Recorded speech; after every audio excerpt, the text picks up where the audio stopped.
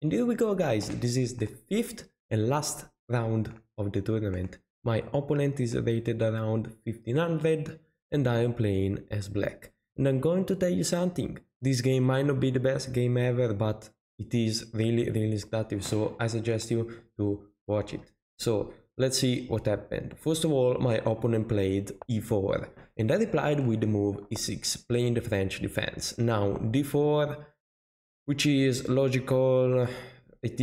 I think everyone should play. Just taking space makes sense. And after d5, you can play, for example, knight d2, knight on f3. You can push, you can take. My opponent decided to play knight on c3. So what happens now? There are a few moves you could play if you want to be really aggressive. And by the way, this is the classical variation, I think. Yeah, you can play bishop b4. I don't like the lines that come with this move. You could play pawn takes now, but don't feel like it makes a ton of sense. I prefer to play the move knight on f6. So what is the point of knight on f6? Is that I'm putting pressure on this pawn, so now you have to do something about that. You can take, but doesn't make a lot of sense. We just get a sort of an exchange variation, but for some reason you have the knight on c3, which is random. Or otherwise you could push, and this is interesting, or you could play a really annoying move, which is bishop on g5. Now bishop on g5 is not a really pretentious move for white, because if black knows theory, this is really equal.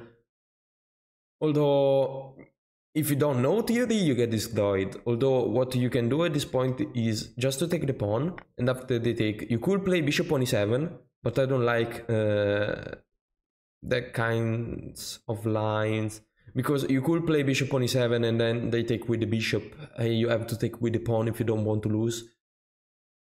I don't like them.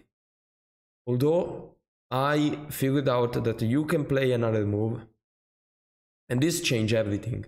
Because after this, first of all, not a lot of people know this line because it's not the main one. And the difference is that if you take with the bishop now, like, it's not the same. You just lost the pair of bishop. You don't have a strong attack going on now because your knight is under attack. That's the difference. So you need to do something about that. In fact, taking is not a good move. At this point, I mean, you could take with the knight, which makes sense. The most played move is knight on f3. And after that we play, well, they say h6 or bishop on e7. I prefer bishop on e7, but even h6 does make sense. And at this point you should really take. So take, let's say, well, bishop take or knight take. I guess both of them are fine. Let's say knight take, bishop d3. White has a good attack going on, so you need to be careful. And this is the line. Although white has a lot of ways where it could go wrong. For example, at this point, if you play bishop on e3, I'm already better, because I can take, and after the bishop takes, I can take this pawn. You can take my queen, that's true, but I'm going to take your. And after you take this pawn, I take this pawn as well. I still have a pawn, and your bishop is under attack. So this is what could happen. Obviously, I'm passive, that's true, and the position is equal, although I feel like, I mean, we're up a pawn, we can survive at least, if not win. So going back, this is a way to mess up as white. Although the, like, let's say, worst way to mess up as white is the move my opponent played, which is queen d2. Queen d2 is straight up a blunder. And as I said, this game might not be that interesting, but it's so instructive for the conversion because it was really clean. So let's see what happened. Why this is a blunder? Because the knight is pinned, but it's pinned to a queen, not to a king. The knight can move. I can take.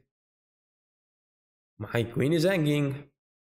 Your queen is hanging as well. And if you think you're clever moving the queen somewhere, because now my knight is hanging and your queen is hanging as well, keep in mind that you lost a second piece now.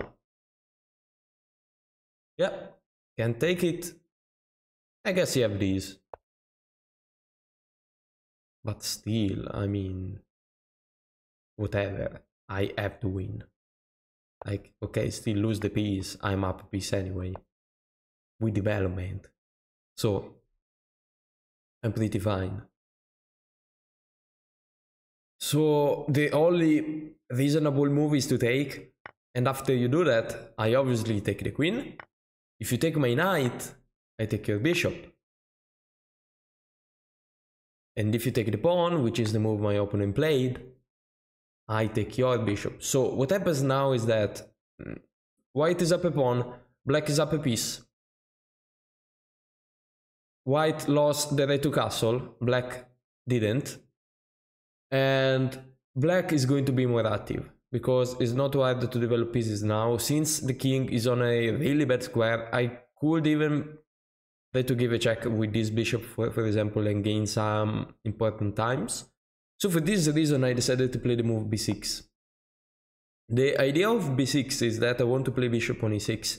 Even if you play c4 now, I'm still going to play bishop on a6, I don't really care. Which is followed by rook on c8, so you're definitely going to lose something at this point. He decided to play knight on f3, and now, as I said, bishop on a6. So when you have a material advantage and you have to convert, you have to keep in mind that the difference between winning and drawing, or let's say even losing a game, is in the development. So you need to be careful, because you can be up a piece, but if you don't use it and your opponent use everything, you're going to lose anyway. So you have to use everything and develop your pieces as fast as possible, because you have material advantage, you have the best attack obviously, because you have more pieces attacking. So at this point, bishop on a6, and now rook on c8.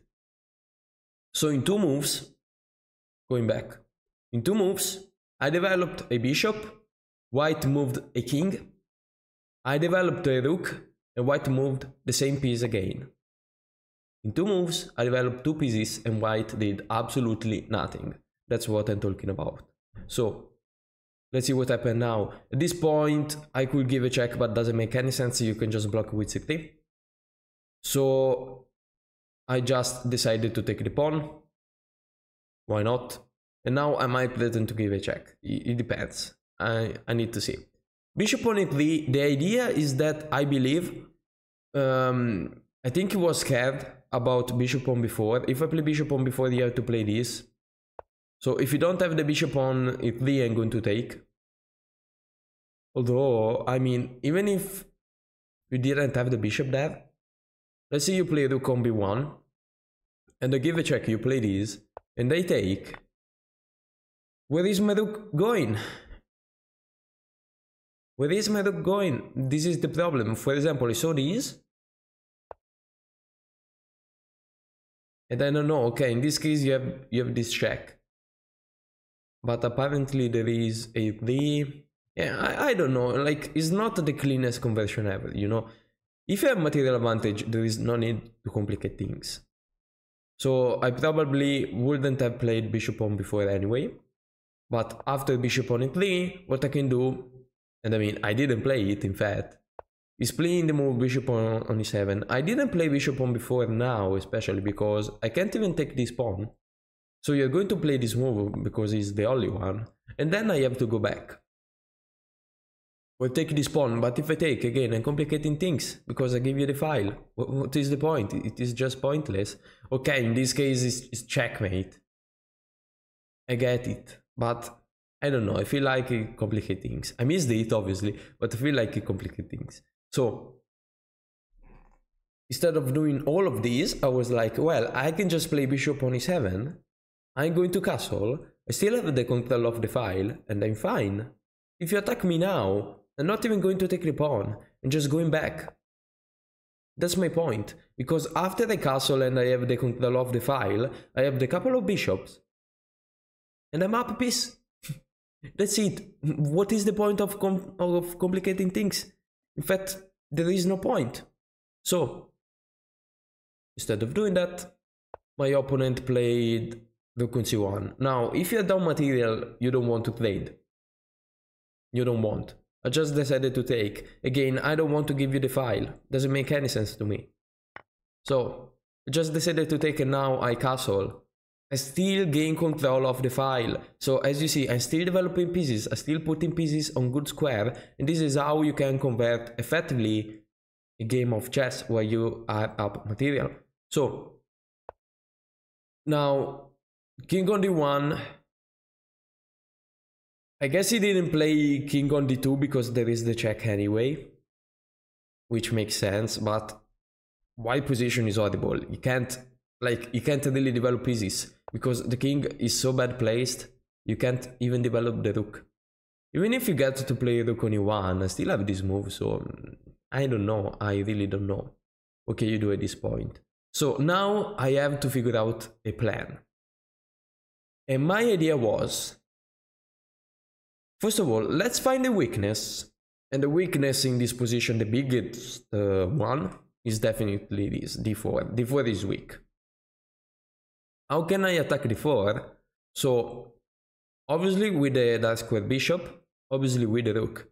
And even with the knight, there are ways to maneuver it. For example, knight on b8, knight on c6, and attack the pawn. Also in this case, the pawn and the king are on the same file, so rook on d8 is even stronger. There is a problem though, because I feel like he can defend a position like this, because I would have 3 attackers. This can't attack obviously the dark square pawn, and he would have probably, let's say, moves the king somewhere, the defenders.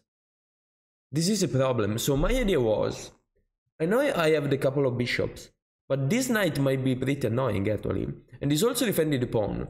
So if I play bishop on b7, I remove the defender with something that wasn't going to attack this pawn anyway, and I'm going to win the pawn. So this was my idea, and I thought it was pretty clever. I think it is. I think it is. It does make a ton of sense. So the knight goes back. I didn't like this move at all. You need to develop pieces, not to undevelop them. Yeah, this move is pretty bad. So knight on b8. I'm going for this plan. Knight on b8, knight on c6, bishop on f6, rook on d8. This is so clean, so clean. So pawn on f3, defending this in order to move the knight. Knight on c6. This wasn't necessary at all, pawn on a3. My idea wasn't to go on b4 anyway, was to win the pawn. Bishop on f6, knight on c2, and rook on d8. And my plan worked perfectly, because now I have 1, 2, and 3 attackers. You have two defenders. So bishop on b7 worked anyway, and I didn't even have to give the pair of bishops. So perfect. This point, what can you do? My opponent played king on c1. Now this is a classical game. You can think. If you can't take a pawn, always think. Am I going to lose? What's some tactic? Is there something in a position like this? So we have 60 minutes to think. Like, take a few minutes to think about what could happen. Because before playing this move, I had to calculate every takes. I calculate what happens after knight takes. And rook d1. We just give a check and we win the rook. There might be something better too. I don't know. No, I think that's it. So this doesn't work for white. Let's say knight take. We can take. Rook pins. We'll take, we check. Bishop take. We take. Rook d1. And now we can sacrifice the bishop. And after the take, we win the rook. So I needed to calculate everything before taking. And this can make the difference between winning a game and blundering the game. So be careful, guys. Going back, I took the pawn. And my opponent saw, I mean, this wasn't a decent option, of course, and just decided to play rook on e1. Now, again, the more pieces I played, the better it is for me. At this point, I'm not only up a piece, I'm also up a pawn. So I just want to play everything. I don't really care. Yeah, I don't get this move. You want the king to be as active as possible. So king on d6. I'm not losing the rook. First of all, I could go back and defend the rook, but I could just play bishop on d5. Now the bishop is well placed, and I don't care. So this is an endgame. I'm up a ton of material. How can I win? So in order to win an endgame and to find a plan in an endgame, you need to take a look at the pawn structure.